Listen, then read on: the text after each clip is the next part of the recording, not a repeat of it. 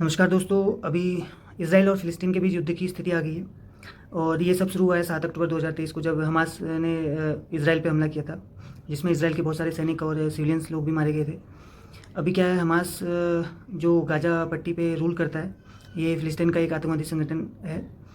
अभी इन्होंने हमला किया क्योंकि जो एरिया है वो है अल-अक़सा मस्जिद, और ये अल-अक़सा मस्जिद में कुछ तोड़फोड़ का मामला हुआ था। तो उन्होंने इसके बदला लेने के लिए इतना बड़ा हमला किया है इसराइल पे, जिसमें इतने सारे लोगों की जान चली गई है। तो अभी क्या है, ये मामला आज का नहीं है, ये काफ़ी पुराना है और हमास के द्वारा ये पहला हमला नहीं है।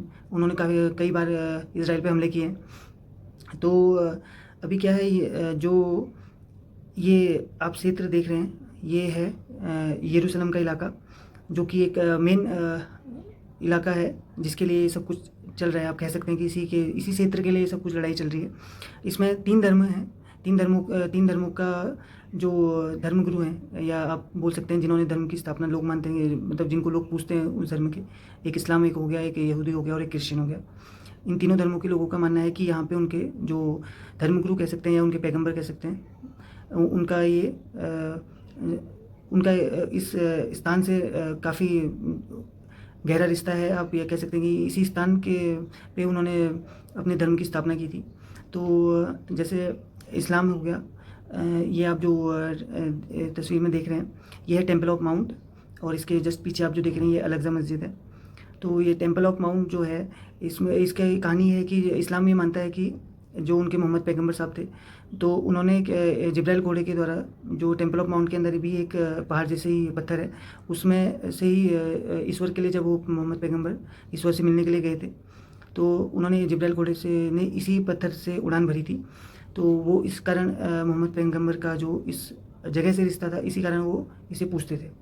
और ऐसा ये भी है कि मतलब अभी तो इस्लाम लोग जो हैं, अपनी जब नमाज़ पढ़ते हैं तो मक्का मदीना की तरफ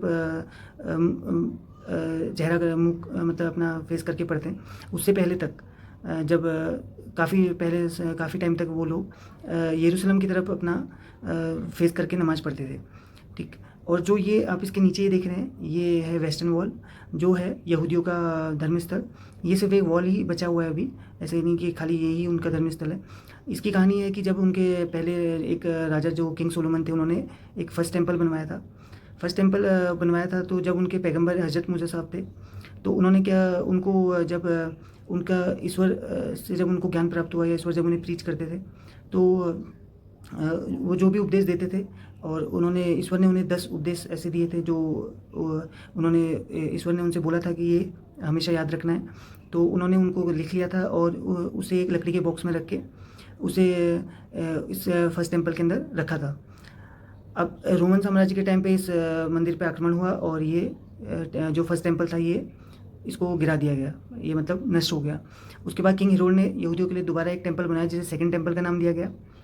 ठीक हो गया। तो सेकंड टेम्पल को भी किसी एक आक्रमण हुआ था उसमें दोबारा, और वो सेकंड टेम्पल भी गिरा दिया गया, जिसके बाद सिर्फ ये दीवार बची जी सेकंड टेम्पल की, जिसे वेस्टर्न वॉल बोला जाता है अभी, और यहूदी लोग इसी को पूजते हैं, और उनके अकॉर्डिंग ये उनका एकमात्र धर्मस्थल है। अब क्या है कि ये इस्लाम वाले बोलते हैं कि ये हमारा एक धर्मस्थल है, तो हम इसे छोड़ नहीं सकते। और मक्का और मदीना, उसके बाद जो तीसरा पवित्र स्थान है, वो इस स्थान को बोला जाता है, और ये टेम्पल माउंट को हरक अल शरीफ बोलते हैं वो लोग। और जो ये वेस्टर्न वॉल है, और यहूदी लोग इसको अपना एकमात्र धर्मस्थल मानते हैं। तो अब ये लोग यही बोलते हैं कि हमारा इसके बिना वजूद नहीं है। यहूदी लोग बोलते हैं इसके बिना हमारा कोई वजूद है ही नहीं। तो अब दोनों देशों के बीच इसी क्षेत्र को लेके दोनों धर्मों के बीच इस क्षेत्र को लेके काफ़ी तानातानी है। अब देखिए कौन जीतता है या कौन हारता है, ये तो समय ही बताएगा। लेकिन इज़राइल एक पावरफुल देश है, उसकी ताकत का अंदाज़ा सभी को है, और भारत भी इज़राइल के सपोर्ट में है। आप किसको सपोर्ट करते हैं, देखिए कमेंट बॉक्स में कमेंट करके बताइए, और चैनल को सब्सक्राइब कीजिए और लाइक कीजिए, और प्लीज़ सपोर्ट कीजिए, ताकि ऐसी वीडियोज़ बनाने के लिए मोटिवेट कर रहूँ, और आगे भी आपको कुछ ऐसी चीज़ें बता सकूँ। Thank you.